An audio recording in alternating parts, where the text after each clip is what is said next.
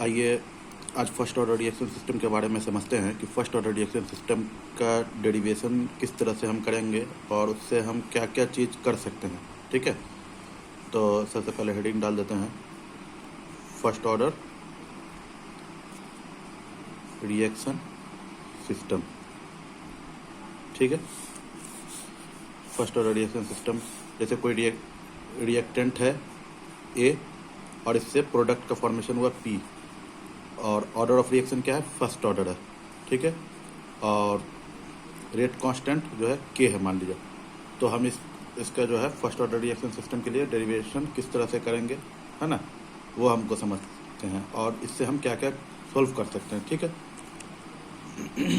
तो सबसे पहले जो है फर्स्ट ऑर्डर रिएक्शन सिस्टम को जब इसका हम रेट इक्वेशन लिखेंगे, ठीक है ना, तो चूँकि ए क्या है, रिएक्टेंट है। रिएक्टेंट क्या होता है कि हमेशा डिसअपियर होता है, मतलब ख़त्म होता रहता है।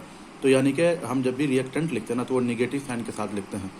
हर एक क्वेश्चन में बात ये चीज़ नहीं बता पा रहे हैं, लेकिन हर क्वेश्चन में माइनस साइन क्यों यूज़ कर रहे हैं, प्लस साइन क्यों यूज़ कर रहे हैं, धीरे धीरे बताते जाएंगे। ठीक है ना, तो माइनस साइन हम यूज़ कर रहे हैं क्योंकि ये हम रिएक्टेंट उस रिएक्टेंट का लिखना जो डिसअपियर हो रहा है।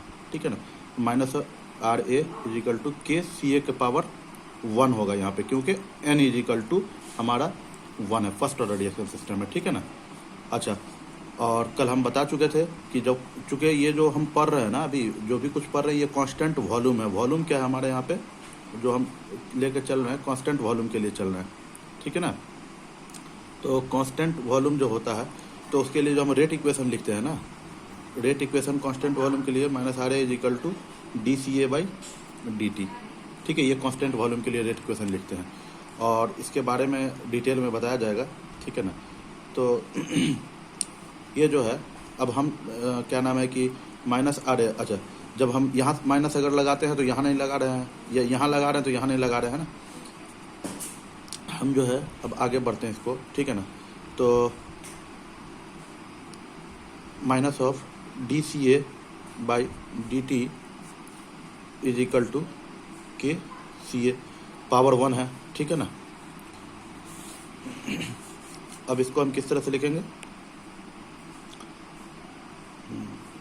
तो जो सी ए है उसको सी ए के साइड में ले जाते हैं, D C A by C ए। ठीक है, इज इक्वल टू के इंटू डी टी। ठीक है ना, अब हम बोथ साइड इंटीग्रेशन कर देंगे। इसमें बहुत सिंपल है, लिमिट क्या लेंगे, तो इनिशियल कंसंट्रेशन क्या रहेगा, सी ए नॉट, अब यूज़ होते होते जो बचेगा final concentration C A time. अब यहाँ पे इंटीग्रेशन किसका है, टाइम का इंटीग्रेशन है डी टी, यानी कि 0 से स्टार्ट होगा टी तक जाएगा। ठीक है ना, तो हम लोग को पता है कि 1 बाई एक्स डी एक्स का इंटीग्रेशन क्या होता है ना, हम लोग जानते हैं 1 बाई एक्स डी एक्स का इंटीग्रेशन एल एन एक्स होता है। ठीक, सेम टू सेम चीज़ हमको यहाँ पे भी यूज़ करना है। ठीक है ना, तो माइनस साइन है इसमें, तो माइनस साइन बाहर आ जाएगा, D C A by C A यानी कि L N of C A, limit put करना है इसी तरह से, C A not to C A is equal to K constant है, बाहर आ जाएगा, डी टी का इंटीग्रेशन हो जाएगा टी, सिंपल है, 0 से टी। ठीक है ना, और अब हम लिमिट वो क्या नाम है कि जो इसकी जो वैल्यू है वो पुट कर देते हैं, minus l n C A minus l n C A not is equal to k t, कोई दिक्कत नहीं है ना। और चूँकि लॉग की प्रॉपर्टी आप लोग को पता है कि हम किस तरह से लिखते हैं, जब माइनस में हो तो l n C A by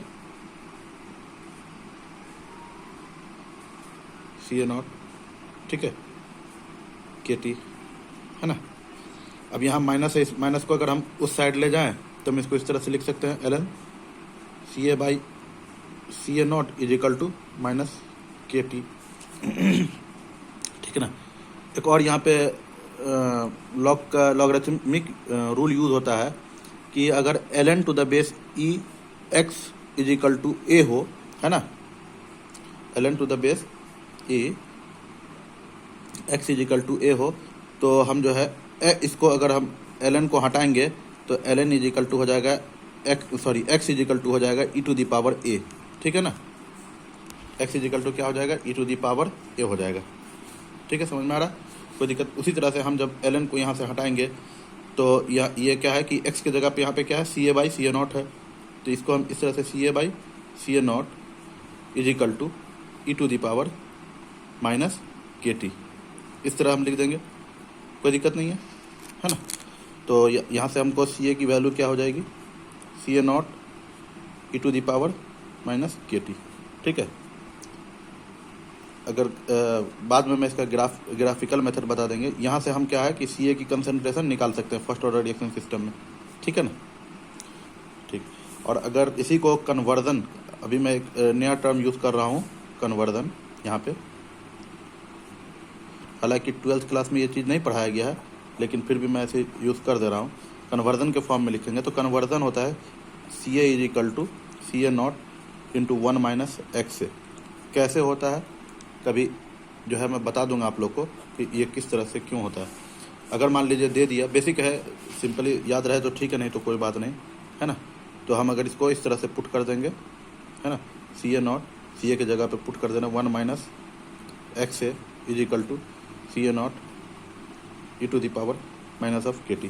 तो CA से CA नॉट का कैंसिल हो जाएगा, यानी कि x से is equal to 1 minus e to the power minus KT, ये कन्वर्जन के फॉर्म में। लेकिन हमको बेसिकली जो है ना, जो इम्पोर्टेंट है हमारे 12th स्टैंडर्ड तक, यहीं तक इम्पोर्टेंट है, ठीक है ना। तो हम इसमें जो है कंसंट्रेशन हम निकाल सकते हैं आफ्टर टाइम t, ठीक है ना, फर्स्ट ऑर्डर रिएक्शन सिस्टम के लिए, ठीक। तो यहाँ तक किसी को समझने में कोई दिक्कत हो तो कमेंट करके ज़रूर बताइएगा, ठीक है। और उम्मीद है कि आगे भी मैं इस तरह से आप लोगों के लिए कुछ ना कुछ नया लेकर आऊँगा, है ना। ठीक है, फिर मैं यहाँ वीडियो को बंद करता हूँ। Thank you.